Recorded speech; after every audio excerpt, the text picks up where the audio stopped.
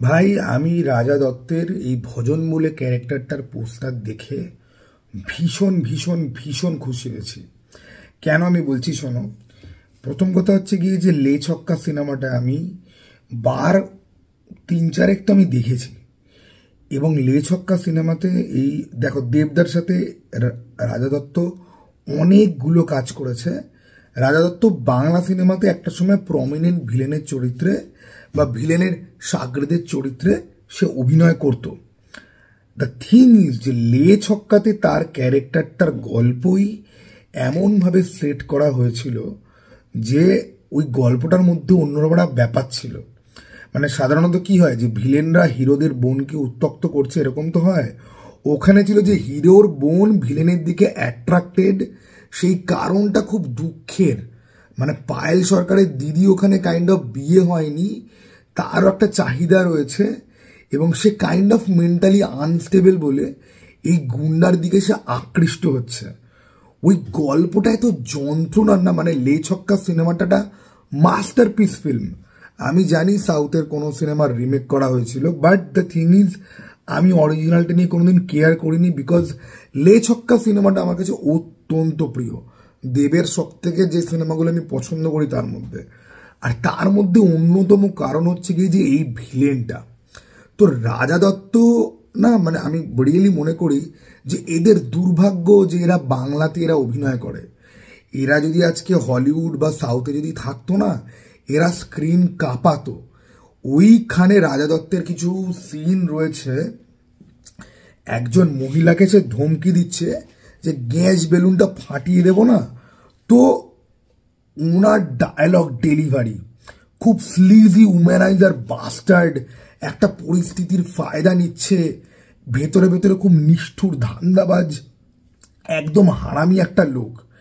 এই জিনিসটা না সবাই মুখের মধ্যে ফোটাতে পারে না।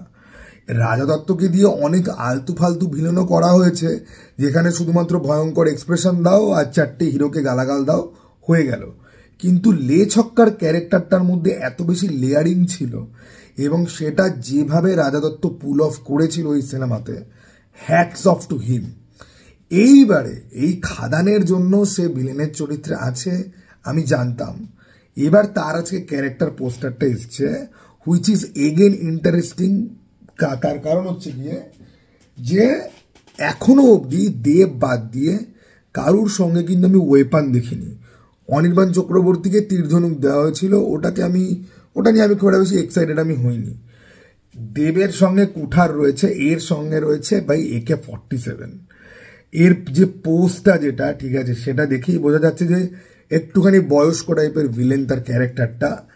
তো ভাই দেবের সঙ্গে অনেকগুলো সিনেমা করেছে, তো এদের টাসেলটা আবার দেখাটা খুব ভালো একটা জিনিস হবে।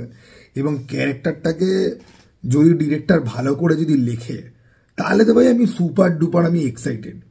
আমার রাজা, আমি যতগুলো পোস্টার বেরোচ্ছে না এক এক করে নায়িকাদের পোস্টার বেরোচ্ছে, বরখা বিস, অনির্বাণ চক্রবর্তী, আমি বোধহয় এর পোস্টারটা দেখে সব থেকে বেশি আমি খুশি হয়েছি যে ভাই now I am more excited.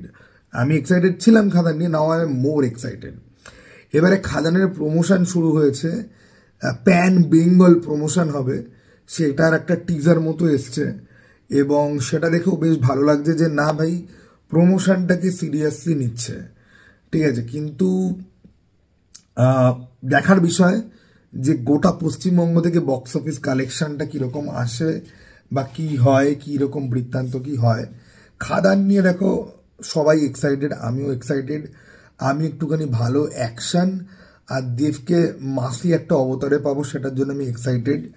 তো আর ভাই দেখো ভাই, আমার হিরো ভিলেন খেলাখেলি দেখতে সিম্পল কথা ভাল লাগে, ঠিক আছে। তো খাদানের টিমকে একদম অল দ্য বেস্ট, ভালো করে প্রমোশন হোক, সিনেমাটা আসুক। আর দেখো তোমরা যে আর মোটামুটি 18-20 দিন মতো বাকি রয়েছে, আমি 18 দিনই আমি ধরছি। এই 18 দিন কিন্তু একটা ভালো মতো যারা প্রমোশন দিয়ে হবে সেটা কিন্তু বুঝতে পারা যাচ্ছে। তো দেখা যাক খাদানের সঙ্গে কি হয়।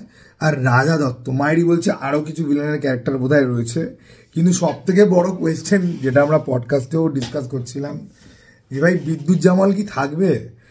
এই পডকাস্টটা কিন্তু অবরোধা প্রিন্সের সঙ্গে যে পডকাস্ট ওটা নয়, অন্য আরও কিছু ইউটিউবারদের সাথে পডকাস্ট করছিলাম, সেখানে আমাদের কোয়েশ্চেন যে ভাই বিদ্যুৎ জামাল আর সুনীল শেট্টির মধ্যে দুজনের কেউ না যদি থাকে, আমি মহারাজের বাড়ি যাব, আমি কোন নগরে মহারাজের বাড়ি গিয়ে জাকিয়ে কিরে তুই বলেছিলিস বিদ্যুৎ জামাল থাকবে, কোথায় বিদ্যুৎ জামাল? ঠিক আছে, তো চলো টাটা ভাই, আবার যেন দেখা ভাই।